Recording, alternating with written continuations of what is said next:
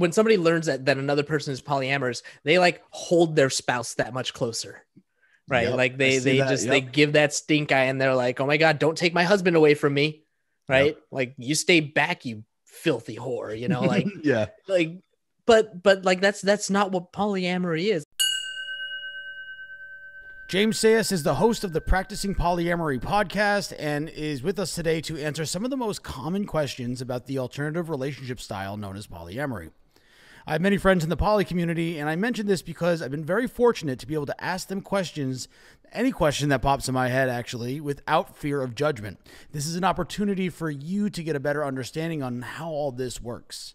Polyamory may not be for you, but in this episode, it will lay down some of the core tenets for any successful relationship style. I hope you enjoy. If you like what we are doing with the entrepreneurial hierarchy of needs and want to show some support, the best way to show us some love is to subscribe and leave an honest review. We also have a Facebook group where we continue these types of conversations and offer so much more for all of our continued growth. I can't wait to see you in there. Make sure to see the show notes for details. My name is Tim Palladino, and this is the Entrepreneurial Hierarchy of Needs podcast.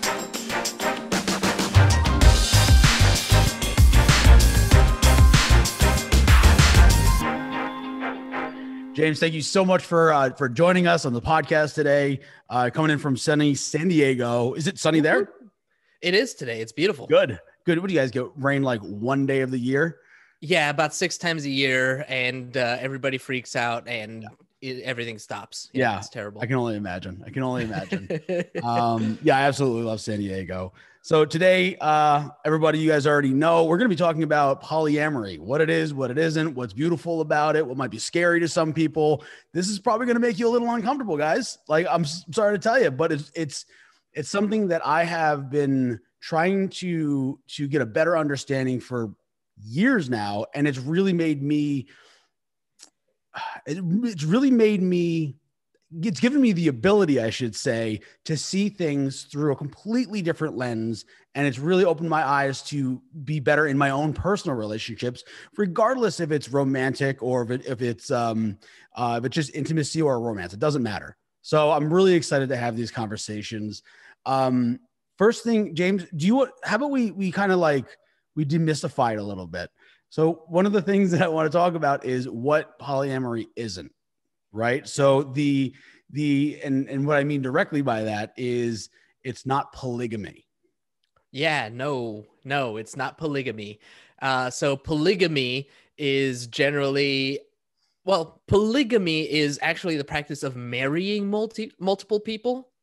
And so, we see that throughout history, and that's not even legal anyway nowadays. But I think the idea that you're talking about is like one man and multiple women. I think it's polygyny. I could be wrong, but anyway, so it's not specifically that. The beautiful thing about polyamory is that it actually empowers women and gives women equal opportunity to have multiple partners. And that polygamy that you're talking about, the structure is typically, one man, multiple women. The women are not allowed to be sexual with each other or to have other romantic partnerships outside of that one man. So yeah, it's definitely an equal playing ground for all genders. Yeah. And it's one of the things that really attracted me to the idea of polyamory was there's not a lack-based mentality in it. There's so it's not what I don't have, it's what I do have. And one of the key takeaways that a friend of mine actually bestowed upon me is I get to choose every day. I get to choose the people I love. I get to choose the people I'm in a relationship with. And of course you can do that in many other types of relationships too. But from my understanding, that was impressed on me on something that is kind of part of the whole polyamory world. Yeah, absolutely. It is very much a conscious choice to be in each relationship, and each relationship has its own unique properties. For a long time, I was married, and so I had my nesting partner, as we call it, right? She was my wife, but she was my nesting partner. She lived with me. We lived together. We shared finances. We shared a household. We shared, a life. And then, other partners that I would have, maybe we didn't have those things necessarily, but we had other things. We had, Right. different hobbies and specific things that we like to do that, maybe my wife wasn't into. My partner that I have now, we love hiking and running and doing all the crazy outdoors things, right? Like we're talking about skydiving and scuba diving and doing all these things when the world starts opening up again. But those are things that, my wife would never have been into. Like, nope, you're good. You go do that stuff. I'll hang out over here on shore, or, I'll watch you from the ground as you make your way down. But, each relationship is different in that way. Yeah. Yeah, definitely. And yeah, that's what's really cool is that another thing that I'm noticing based on conversations, because I am not an expert by far, is that there's more of an emphasis on the deeper relationship as far as friendship goes with lovers. Yeah. And that's it's so impressive to me. Like it's not that I was taught against it, but I guess this isn't something that we talk about, and in our societies. And when we do, it's from a monolithic perspective where it's like, this is all I know, so this is what I'm teaching you, not this is what I've learned through exploration, and this is what I'm teaching. So we get a raw deal when it comes to how awesome our relationships can be, because we're taught by people that only have a monolithic view. What are some of the things that you feel are special about polyamory? Yeah, I mean, to your point, one of the things that has changed for me is the level of depth that I can have with my friends, right? With specifically, my female friends, my girlfriends. In monogamy, there's always this ceiling of how close you can get with another person, right? Like there's an intimacy that you would have with your boyfriend or girlfriend or spouse or whatever. And like, there's that intimacy and that knowledge of one another, that depth is like supposed to be so special that when you start to have that kind of a connection with anybody else, it feels threatening to that relationship, the romantic relationship, boyfriend, girlfriend, wife, husband, whatever, right? And so having like a really super close friendship with somebody else, especially of the sex or gender that you are attracted to, that can be threatening. And so, it caps how close you can develop a friendship. In polyamory, we don't necessarily have that cap. We can have super close, super deep, super intimate friendships. And there are people who have sexual relationships with their friends.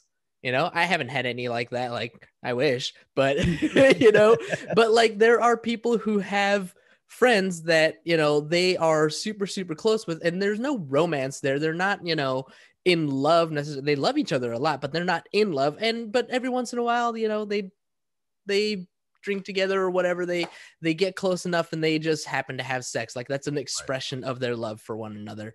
I don't have any friends like that. I've heard about it. I've read about it. It sounds great to me. That sounds cool. But but that's what I'm saying is there is that ceiling isn't there. Like we can find much deeper connections and, in my opinion, much more fulfilling connections because we don't have that stop. We don't have that, nope, you can only go this far with these people. Yeah. Part of my own personal journey over the last couple of years, I learned to segregate intimacy and romance. They aren't the exact same thing. And that totally blew my mind. That totally blew my mind. I felt like, and once again, like I'm not blaming anybody, but I think I was like kind of like put in this bowl as a kid and was like, hey, this is what you drink out of. You know what I mean? This is the direction you go. And if something is intimate, then it is automatically romantic. And that's such a an inaccurate statement. But it took me until I was, I don't know, 35, 36 years old to figure this out. I can't even say for myself because it was with the help of a lot of other people giving me beautiful perspectives. And on top of that, like if you go back into history, I think it's in Greek history, I think they have 8 different words for love. There's different types of love. There's not everything is not romantic. And I think that's where there's a lot of clashing going on here, because, we don't know how to act with everybody, because we're trying to act the same way with multiple different types of people. I wouldn't walk into this isn't the United Nations, right? You can't just expect everybody to kind of be speaking English or have some kind of translator. This is a kind of an open world where we have to play by each other's rules with boundaries and expectations and stuff like that. And yeah, so that's one of the wild things about it, but that's one of the beautiful things about it as well. Totally. What are your thoughts on boundaries and expectations? Once again, one of the things that I'm taking away from other conversations is that the boundaries and expectations are kind of the platform of any successful polyamory relationship. Yeah. Boundaries and expectations. I'm gonna separate those two a little bit, because in my opinion, they are we're talking about two different things when I hear the words boundaries and expectations. So my expectations for a relationship, I was actually having a conversation with somebody, I think it was last night, just somebody new that I started chatting with, and we talked about expectations in a relationship. When I think about expectations of a relationship, my mind instantly goes to what we call the relationship escalator, right? And the relationship escalator, the story, it's in every fairy tale, right? Boy meets girl, everybody's attracted, and so they start talking, there's a courting, then they start dating, then they fall in love, then they move in together, they get married, they have kids, they raise their kids, they grow old, they retire in Florida, right? That's the relationship escalators, this trajectory. When we're talking about monogamous relationships, generally speaking, that is the expectation, right? In a monogamous relationship, that is the expectation. We get into the relationship because we expect to grow old with this person and be the forever partner. That's linear. why, right? It's very linear. This is why we date. In polyamory, we have the freedom to set no expectations or different expectations. I am not on a relationship escalator with my current partner. She is married, has another partner.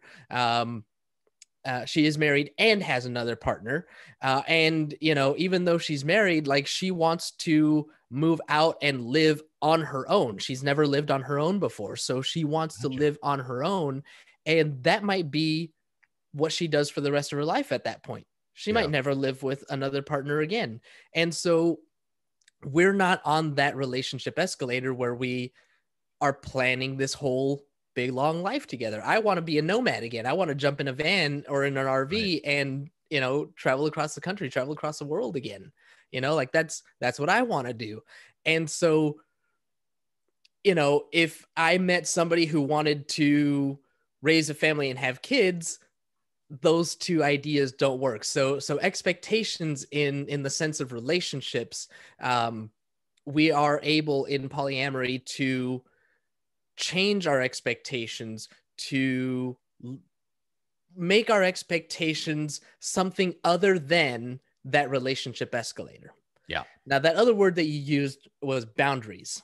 And boundaries is more synonymous or more related to rules. We've got rules and boundaries. And these are rules that we might set in a relationship. And when we talk about boundaries and rules, a boundary is something that I set for myself, whereas a rule is something that I place on someone else. So, for example, if I'm in a relationship with somebody, I might tell them that, a rule is you can't have an overnight, you can't sleep with your partner. You can't have sex with your partner without protection. Right. I might tell my partner that's a rule. You can't have sex with somebody without protection. Right. And so because I'm placing that rule on them, if they break that rule, then, there's some kind of consequence. On the other hand, if I place it as a boundary, then it's something I can control. I can say, I I will not be with someone, or I will not have unprotected sex with somebody who has unprotected sex with someone else. So if they break that rule, the penalty is, we're going to have protected sex now instead of unprotected. So, Right. So yeah, kind of, that's why I was like, it's kind of two different things that we're talking about there, but it truly is. And that's a really good delineation and definition of what that how the agreement works. Yeah. And it's, and while you're talking, I'm thinking like what's reasonable. And then I come back to, well, everything's reasonable. I have a feeling and I don't want you to like date anybody in flip-flops. Obviously I'm just pulling this out of, but, sure. But it's whatever. Somebody who wears flip-flops with socks, like that's it. That's a deal breaker. Get out of here. Yeah. Get out of here. But yeah, it's, let me see. You're doing it. You're doing it. Oh, that's good. That is good.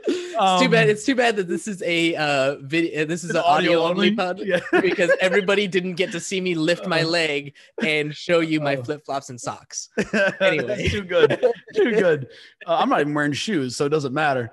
Yeah. So setting those rules as it is. It's a matter of personal preference. There's no necessary. That's what's so beautiful about this, and I'm kind of like having like these brain sparks right now as we're talking, where it just allows you to be so sovereign and allows you to be ever expanding in the sense where I'm evolving. The person I was last year certainly isn't the person I was 10 years ago. Certainly wasn't the person I was 5 years from then. So it allows you to grow with someone in a really fun way, and kind of in an empowering way. Where absolutely. If I'm with whomever, and this should be for monogamy and poly, like any type of relationship, but you should have that type of security where you can say, hey, things are different now. Right. This is how I feel. And it just be open. And I think it's less so in monogamous relationships, at least from my experience, where you can come to someone and say, hey, I just leveled up. I have these new feelings. I have these new understandings. I would like to change some of the understandings in our relationship. I think that's kind of frowned upon because of that linear path. Like, oh no, we're going somewhere. We made an agreement 3 years ago when we got married that we're going to go this direction, at this speed, and stuff like that. And that doesn't always work. That doesn't always work. Yeah, no. One of the things that you mentioned, I think it was before we started talking here, before the show started, that polyamory, we're big on communication, right? We got 3 rules: communication, right? And in that communication is also a lot of introspection. Yeah. I believe that as a community, we do more introspective work because we are always dealing with so many different new personalities. Whenever a new partner comes in, there are other partners that are directly or indirectly affected. And so there's, always this introspective work that we need to do to make sure that we are continuing to provide the needs to those other relationships. We don't want to start dating somebody, get caught up in what we call NRE, new relationship energy, which is, that floaty, rose-colored glasses, puppy love, all those things. And then we get caught up in that and start neglecting our other relationships. So we need to be, constantly aware of those types of things. And to your point, if this new partner introduces an idea to us, right? If I start dating somebody and they have had, their whole life here in San Diego or whatever, and I'm like, yeah, I want to jump in an RV and start traveling the country. And they're like, holy crap, you can do that? Right. Yeah. And like, it's this whole mind shift for them, something that they never thought was possible. Now they have that opportunity to say, okay, introspectively, is the life that I always imagined here in San Diego in a house, white picket fence ideal, or do I want to have some adventure? And maybe they've been building this life with a partner, the white picket fence ideal. And they're like, I'm just so enamored by this idea of hitting the road. Like the relationship agreement that we had is changing. Like, I think I'm changing as a person. I didn't know that this was possible. I really want to pursue this. And then it's, for that relationship to kind of figure out, okay, if this is going to happen, what does that look like for us? Yeah. Like, and it's all of these different things that we're always growing and always changing. And it really, it doesn't have to be linear for us. Mm-hmm. Whereas in monogamy, it's, if I was monogamous and married to someone, and my wife came to me and said, "Hey, I met this guy and he travels in an RV and goes all over the country, and I think I want to go with him." Like, my world is shattered. Certainly. Right? Yeah. And not that it wouldn't be in a polyamorous relationship, because you still have those same ties and you still have those same responsibilities and you still have that life together. But I think we have more of an understanding that, it's not a linear thing. And as long as you've communicated these things, it's not like you just make these decisions on the fly. You have, if I'm in a polyamorous relationship and, I'm doing all these things, I'm financially tied up with somebody, and they're like, "Hey, I want to do this thing." I'm like, I would be like, "Cool. That sounds awesome. But like, can we write out our lease?" And like, can you give me an opportunity to find a new place to stay and, do all these things? Like, don't just ditch me. Yeah. Right. So, but I think in monogamous relationships, we don't give our partners that freedom, because we're just expected to meet all of their needs, and we expect our partner to meet all of our needs. And it's a very intertwined and interdependent relationship in ways that that I think polyamory kind of frees us from. Yeah, that's kind of what I've noticed from the outside looking in. And one of the words that keep on popping into my head right now, and and gives such beauty to the perspective of polyamory, is impermanence, right? So if something can change, you cherish what you have, and you're preparing yourself from what may be next. And it's not like a worry situation. It's just like, what we got going on is great. I can't worry about what's next until next thing happens. And then we deal with it, because you already, I say this might be a little bit, what's what I'm looking for, fanciful, but like, you already know that when you get into a relationship with someone that has in the polyamory community, that you trust them to communicate, because that's as you said before, that's such a foundation of the whole thing. Right. So when things change, is okay. I've been in plenty of relationships. The number one thing I'm always afraid to talk about, and I do it anyway, but it sucks, is change. Whether it be like, let's get a dog, or, hey, let's move to the suburbs, or whatever the hell it is, something radically, right, quote unquote, radically different than the norm, kind of freaks people out sometimes. For sure. Yeah. And, I'm speaking from a place of having no children. Right. And when I talk about potential partners, I usually envision them as also not having children. But polyamory is not exclusive to the childless community. I had a guest on my show. Her name is Dr. Eli Sheff, Elizabeth Sheff. And she has done a study of polyamorous families for over 25 years. And there are people who have, 2, 3, 4 partners, and all raising multiple children together, 1 child, 5 children, 8 children, whatever, and I think about, I'm a Chargers fan. So, my boy, Phillip Rivers, right? He's got like 9 kids or 10 kids or whatever it is at this point. And there's only 2 parents, right? Like that scares the crap out of me. Yep. Right. But in these poly families that Dr. Sheff has studied, there might be 10 children, but like 4 or 5 adults. Yeah. Right. And so you kind of spread that work out a lot more evenly that way. And the great thing about that is that the children actually benefit from having more adults in the house, right? Yeah. They get more attention. Imagine 2 parents splitting their attention between 10 kids. Yeah. Right. I mean, just mathematically, each one can have like, I don't know, 1/10 of their attention right? At best. At best, Yeah. right? 1/10 of each parent's attention. But if you have 4 or 5, then all of a sudden those numbers get a lot bigger. There's more attention. Then, all right, so everybody isn't Phillip Rivers and making millions of dollars a year playing football, right? But for the rest of us, now we've got, instead of 2 incomes, 4 incomes. Mm-hmm. Right. And now it's all of a sudden, okay, like there's more resources to pull together, whether it's time or financial resources, like there's more resources, and kids learn these communication skills that they see their parents practicing. And so they're better prepared to communicate with people out in the real world. So there's actually a lot of really cool things that Dr. Chef has learned that actually make polyamorous relationships even advantageous for those with kids. Yeah. And you know, what you're saying, it totally resonates with a lot of studies that I've read as far as the early childhood development, where like we're getting our stories and stuff like that, and children being with different perspectives.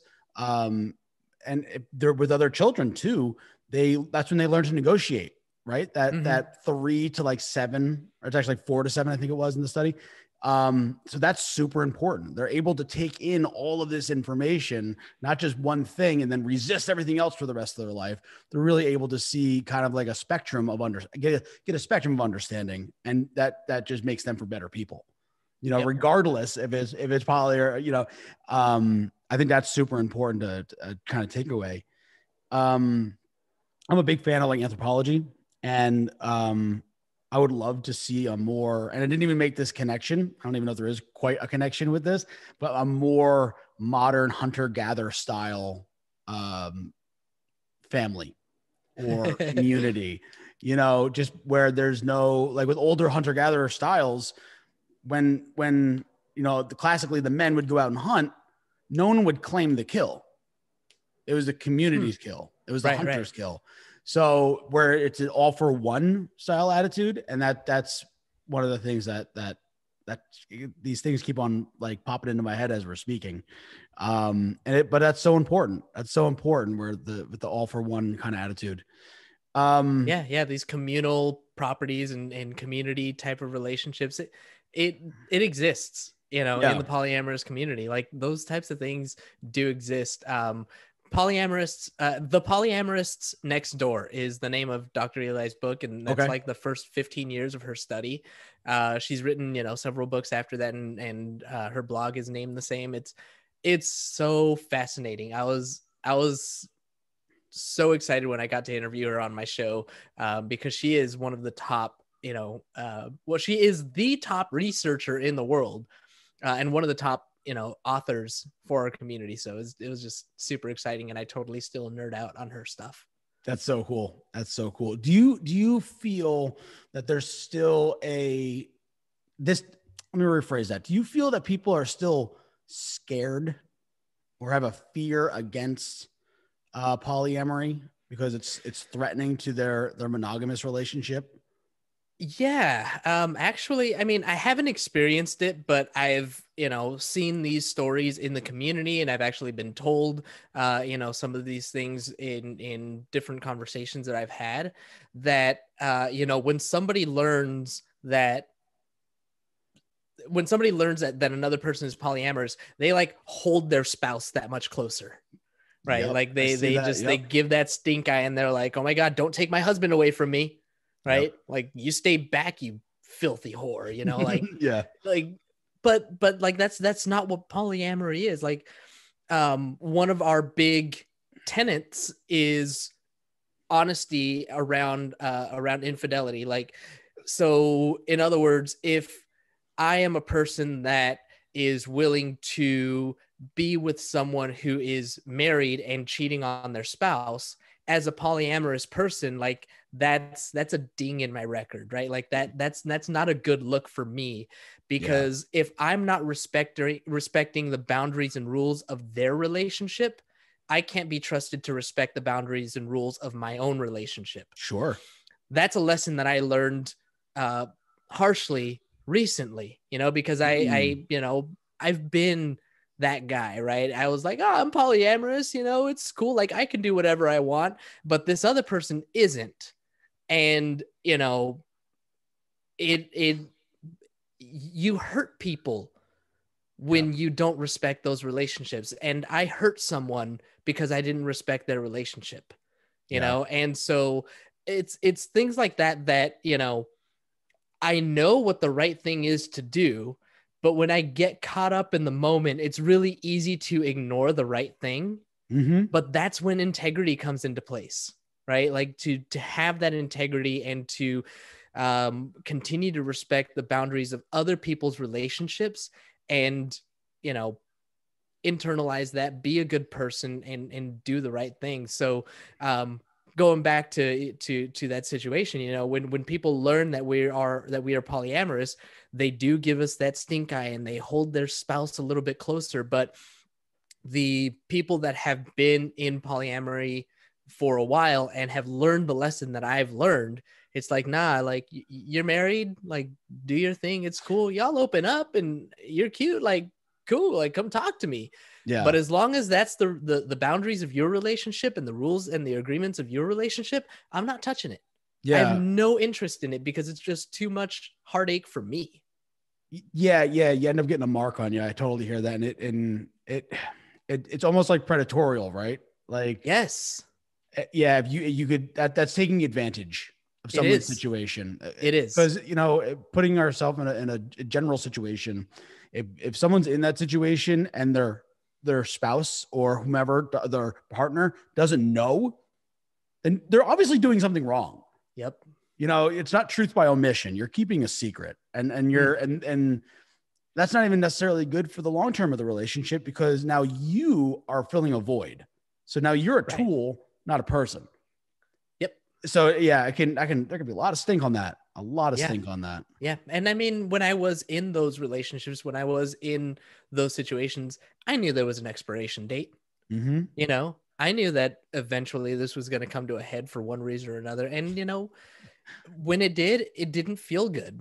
Yeah. And, when I finally got called on it, by a partner that held me to that standard, that was when I was like, oh, see, I knew it was wrong, but nobody was holding me to that standard. Sure. The moment I get held to that standard, it's like, yep, I knew it was wrong.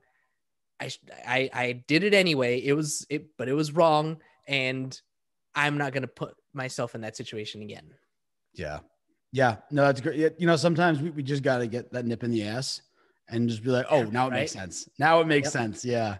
Yep. On a societal level, kind of digging a little bit deeper into your question, like on a societal level, I don't necessarily think that people are afraid that all the polyamorists are going to take all of their partners. Like, I don't think that that's what people fear. I think when it comes right down to it, it's more religious and society based. Okay. Religious teachings are always, I mean, I think at some point in the New Testament, like Jesus did away with divorce, right? Like stop divorcing your wives or whatever, something along those lines. But there was even in like the Old Testament, I was listening to the musical Joseph and the Multicolored Coat this morning. Yeah, for sure. Yeah. I'm a big fan of musicals. Anyway, I was listening to it and Jacob, Israel, has a bunch of wives, and Joseph's mother was his favorite wife. So like there is a precedent for polygamy. Yeah. but multiple people involved in a relationship, even in religious history. But at some point, religious people did away with that kind of thinking, and it's like one man and one woman, and they come together and they become one, and like that's it. So we've got all of these religious teachings that tell us that that's the way it's supposed to be. And then we've got all of our stories, right? Think of every rom-com that you've ever seen, right? Every love triangle that you've ever seen. Love triangles in movies are completely ruined for polyamorous people. Yeah. Just be poly. You don't have to choose. Just have them both. It's fine, right? But whatever the girl that becomes a vampire in Twilight. Like she has to pick a vampire or a werewolf, right? You team Jacob or are you team, oh, I forgot the guy's name anyway. But that's the idea, right? Is you're either team vampire or you're team werewolf. You have to choose one. Yeah. Right. Whereas in polyamory, we're like, nah, it's cool. Just have them both. It's fine. Yeah. But those are the stories that we've been told over and over and over and over again. Yeah. Boy meets girl, fall in love, get married, have kids, retire in Florida. That's what we're supposed to do. So if anything, it's a threat to that story. It's a threat to, that's what we've been taught for generation upon generation upon generation. And now we're breaking that mold and saying it doesn't have to be this way. And people are just like, what? No, like, this is the way it is. And it's like, nah, like, actually, this is really cool and fun and good for the kids. Yeah. There's a lot of benefits to doing things this way. It doesn't have to be the way that it's always been. Yeah. And it also seems very fulfilling from the outside looking in. Oh God. In the sense where it's not binary in the sense of I'm either with someone or I'm not. It's like you always have like a buddy or a best friend or anything like that. And as we mentioned before, like if it plays out romantically, then it plays out romantically. But first and foremost, you have a community near and dear to you. Yeah. That's one of the greatest things is, even if it isn't a romantic connection, do you have a new friend? Friends are good. We like friends. Great. Friends are wonderful, right? Yeah. It's awesome. So the romantic connection isn't there. Oh, well, we got along anyway, and we had a good time, and we can talk about Marvel and Star Wars and whatever nerdy things because that's what we liked to talk about, right? Like we had a great time. It just the other chemistry wasn't there, and that's okay. Yeah. Nothing wrong with that. Yeah. Something else that I wanted to say on that, but I can't think of it now. We'll get back to it. I promise. I'm sure it'll pop up in the middle of something else. We'll cycle back around.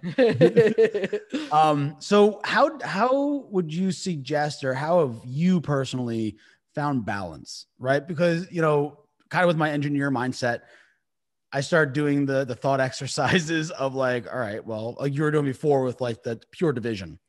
Where it's like, all right, well, I can't give my attention to this person. I was actually having a conversation earlier today about like, I don't want any new people in my life. I can't afford to have any new people in my life because not only will I not be able to be the best me, I won't be able to take that best me or not best me and offer it to the people that I have. Like I'm getting to a point where it's like, I gotta pull back a little bit. So how do you, I guess, set up or protect yourself against being too thin for your own good? Yeah. That's like the common phrase or common refrain. Love is infinite, right? Like we have so much love to give. When you have a child and then a second child enters the picture, you don't stop loving the first child.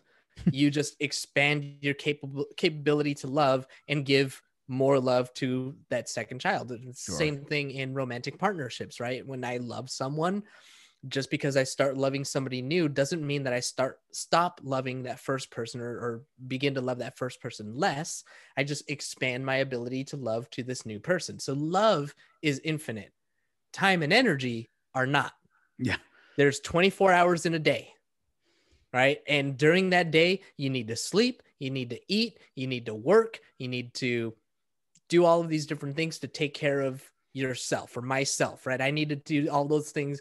I have my morning routine that I absolutely love. And, from 5 a.m. to 9, like I have things that I'm doing to take care of me.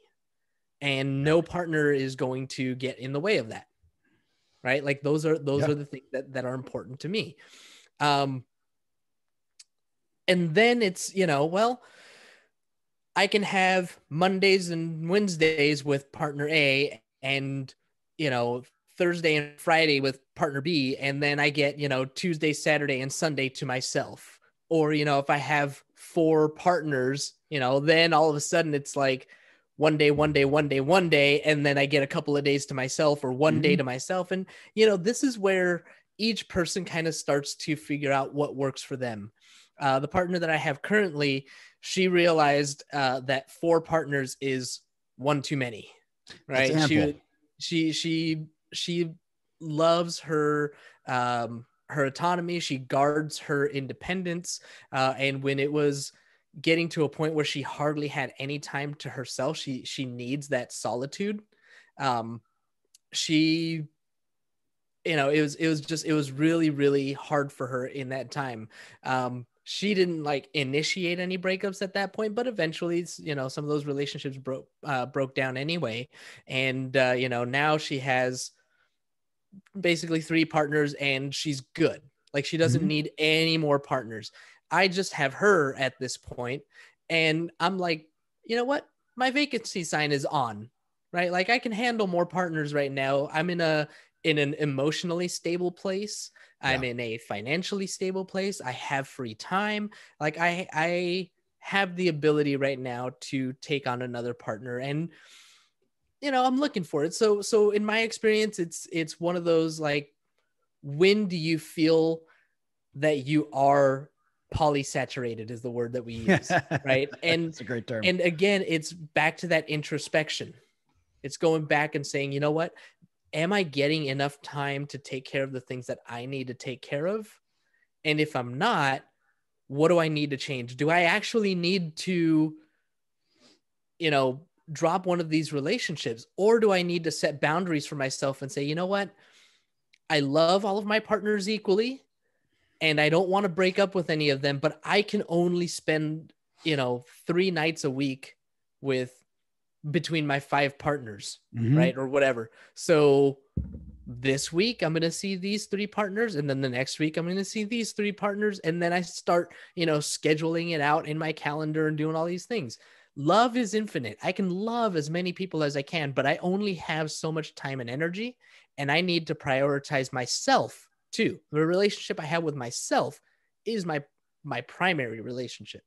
Yeah. And what I'm catching is a universal theme of not necessarily self-preservation. I think that has a negative context behind it, but self-care. Work on yourself. Make sure that you get your time if you need it. Right. We all have different barometers for how much fulfillment I need from self. I have a very high one. I like my alone time. I'm an extrovert all day long, but I also really, really covet my alone time. So just getting a handle on what that balance is kind of first seems like almost like a good step in the direction of if someone was going to explore polyamory. Does that resonate? Yeah, absolutely. Absolutely. Every person has their own needs. I'm the type of person that, I could probably spend 5, 6, I could probably go like 3 weeks every night, with a partner, right? But eventually, like, I need a little time and distance for myself, right? And I can't be around that person like 24/7. Yeah. Right. I need some space. And so we will start to figure out what that is for ourselves one way or another.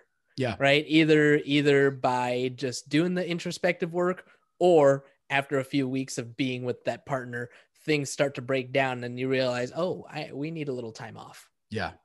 Yeah. Right? And much like any other relationships in my life, it's a fine balance between, let the wind take you and have your hand in it. So it's not too controlling. Don't try and narrate the whole thing or guide the whole thing, but also don't let the wind take it so far where it's, irreversible. Finding that healthy balance of where are we going? Where's it not going? Yeah. And just being at one with it. So where would you say first steps are? I would guess education is kind of paramount, right? First Definitely. step. How would one be more open, or where would one go to get a better understanding, besides your fantastic podcast, of polyamory and how to, I want to say, do it properly. I don't know if there's a right and a wrong necessarily, but sure. I could see calling it proper with rules and understandings. Where would someone go and figure that out? Sure. I mean, so cheap plug, my podcast is Practicing Polyamory. Find us everywhere on social media at Practicing Polya. Find us on iTunes, Practicing Polyamory, you know, all that good stuff. I am putting out a lot of really good information about polyamory, talking to therapists and real life polyamorous people, all kinds of good stuff. So you can kind of get an idea of what that is. What we often refer to as the Poly Bible is a book called More Than Two. Oh, by definitely. Yeah. Sorry, okay. You know that one. Okay. Yeah. So More Than Two, Eve Rickert and Franklin Vo.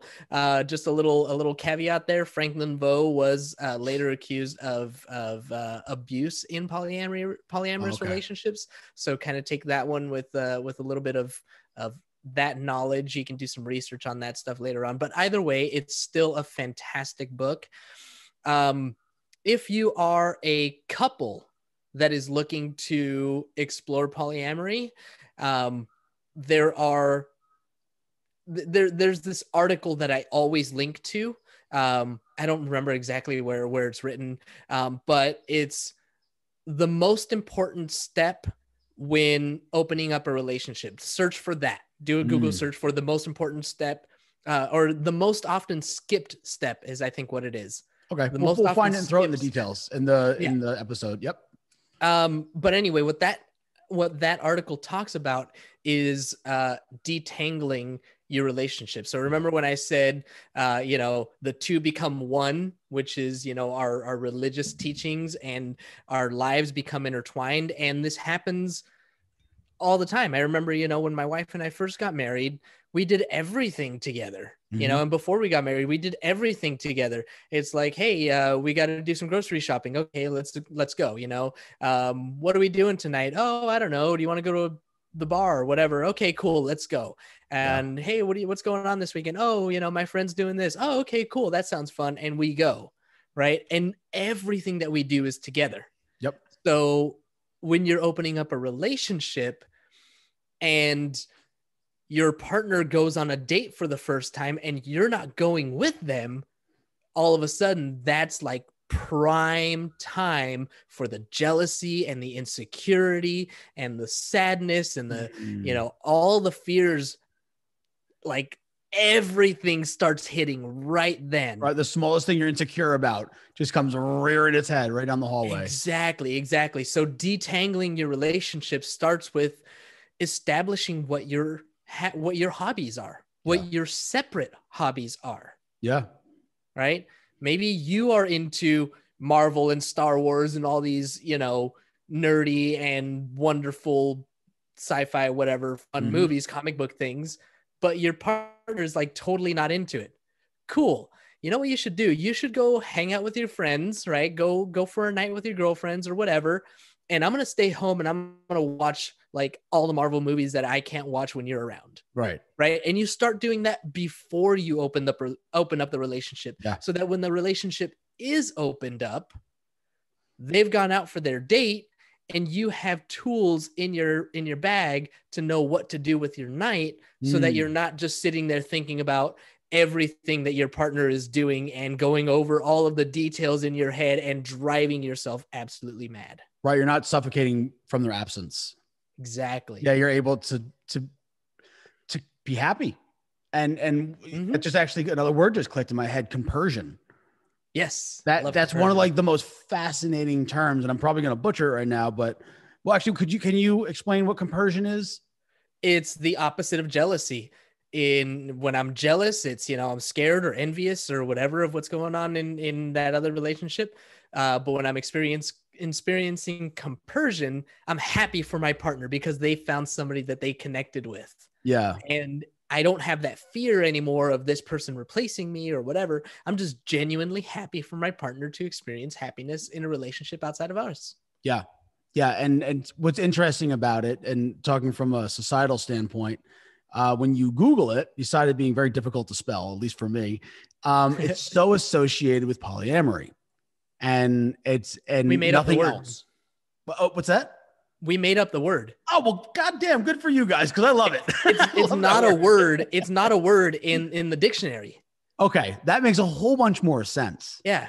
Yeah, in fact, if you type it into like Microsoft Word, it's gonna red underline Yeah, it and the say word you squigglies. you spelled this wrong.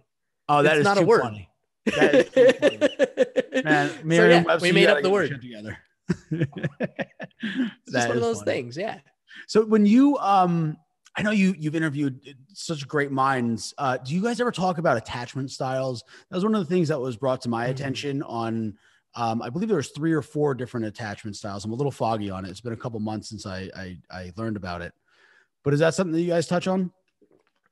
I haven't necessarily talked about it. No, that's not true. That's not true. I did have a guest. I want to say it was Tiffany Thoen. She was an intuitive eating coach, and the way that she teaches her intuitive eating is applying attachment styles to food, to our attachment to our food. Mm-hmm. And so when there's a new book out called Polysecure. Mm-hmm. The author's name is Jessica Fern, and she is a therapist or psychologist. I can't quite remember, but her study, her field of focus is in attachment theory. And so in attachment theory, we often or historically has been tied to monogamous relationships. Mm-hmm. So she wrote the book on attachment theory in polyamory. So hopefully one of these days I'll get Jessica Fern on my show. She's super popular right now. I bet. Because the book just came out, I think last year. So it's really, really new.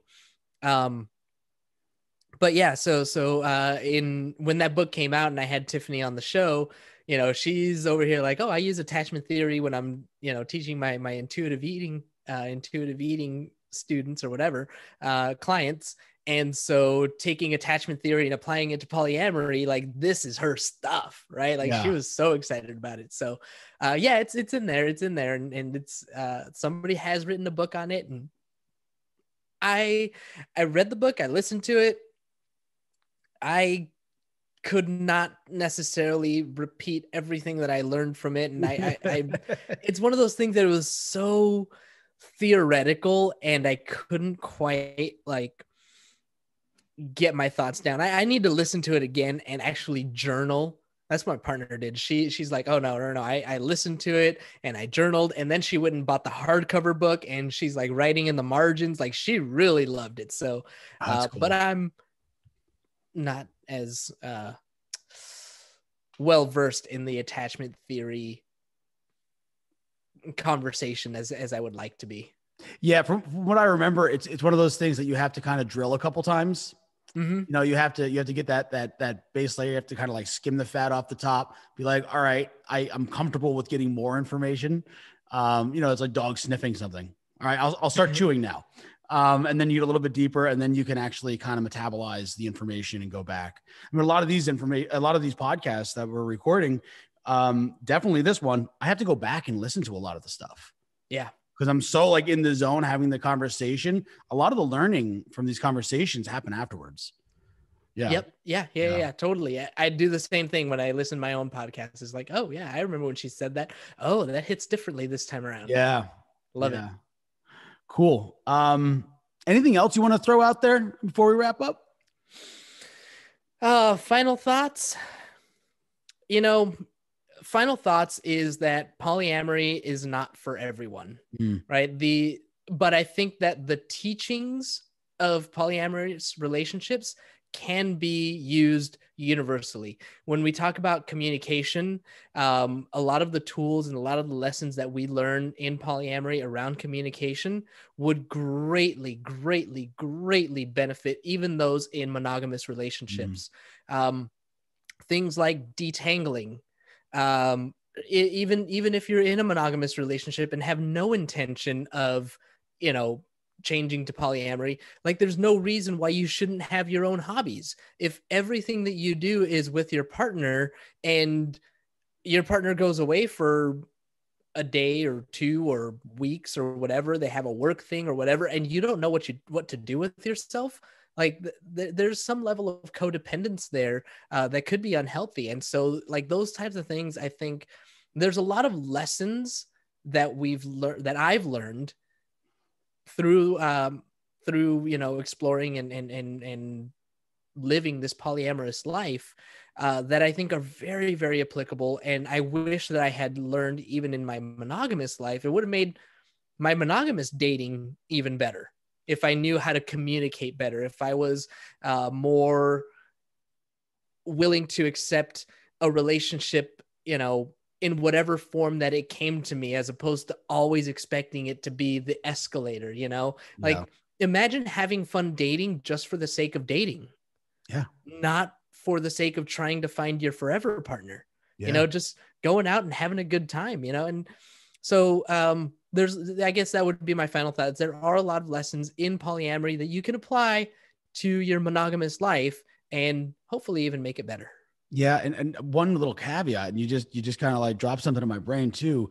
The pressure of dating in a monogamous relationship of 40, 50 years down the line, you got to make sure you're making the right choice right now to even ask for a second date. And I think that taking that pressure off allows you to be more of who you are, not an investigative journalist on a date who's trying to figure out if this is the perfect human for you to match with and breed with and do all the things with, it's well said, James. I'm so pleased we got connected. Thank you so much for being on the show. And I hope to have you back in the future and go even deeper. I think, I think that's a good idea. Say when. I'm down. Yeah, man. All right. I appreciate you tons. We'll talk soon. All right. Thanks a lot, man. Appreciate it. Thank you again for joining us. And if you like what we're doing with the entrepreneurial hierarchy of needs and want to show your support, the best way to show some love is to subscribe and leave us an honest review. We also have a Facebook group where we continue these types of conversations and so much more for all of our continued growth. I can't wait to see you in there.